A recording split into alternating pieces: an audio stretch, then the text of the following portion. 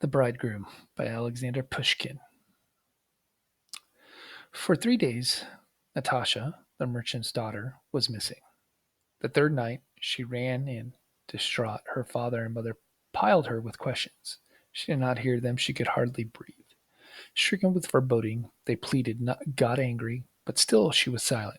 At last they gave up. Natasha's cheeks regained their rosy color, and cheerfully again she sat with her sisters. Once at the shingle gate, she sat with her friends, and a swift troika flashed by before them.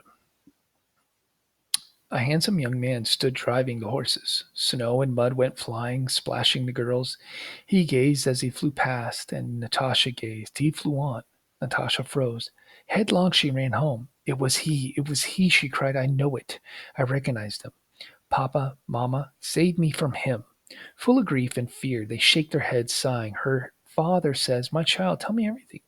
Someone has harmed you. Tell us, even a hint. She weeps again, and her lips remain sealed. The next morning, the old matchmaking woman unexpectedly calls and sings the girl's praises.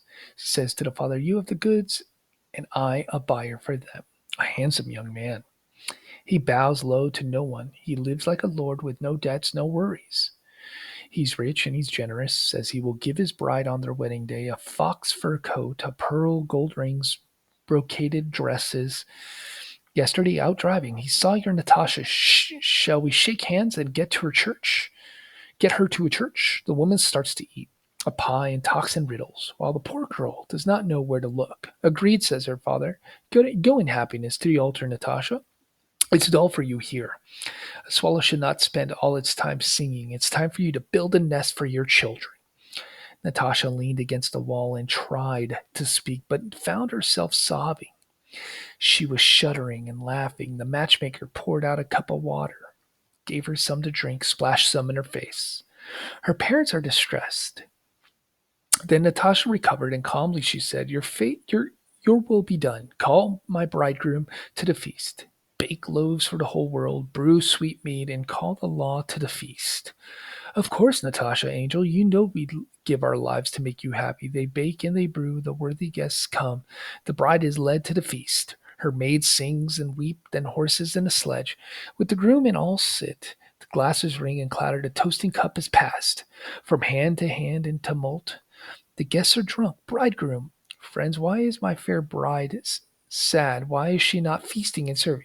The bride answers the groom, I will tell you why, as best I can. My soul knows the rest day and night. I weep, an evil dream oppresses me. Her father says, my dear child, tell us what your dream is. I dreamed, she says, that I went into a forest. It was late and dark. The moon was faintly shining behind a cloud. I strayed from the path. Nothing stirred except the top of the pine trees. And suddenly, as if I was awake, I saw a hut. I approached the hut and knocked at the door. Silence, a prayer on my lips. I open the door and enter. A candle burns. All is silver and gold. Bridegroom. What is bad about that? It promises wealth. Bride. Wait, sir, I've not finished. Silently I gazed on the silver and gold, the cloths, the rugs, the silks from Novgorod, and I was lost in wonder. Then I heard a shout, a clatter of hoofs. Someone has driven up to the porch. Quickly I slammed the door and hid behind the stove. Now I hear many voices. 12 young men come in, and with them is a girl, pure and beautiful. They've taken no notice of the icons. They sit to the table without praying or taking off their hats at the head.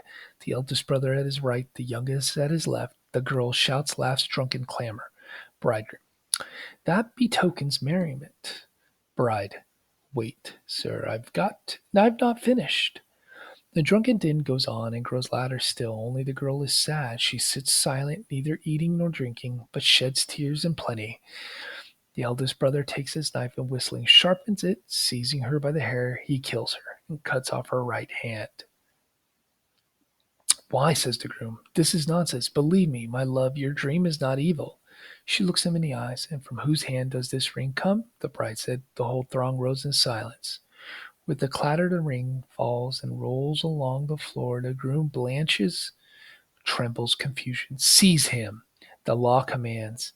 He's bound, judged, put to death. Natasha is famous. Our song at an end. The end of the Bridegroom.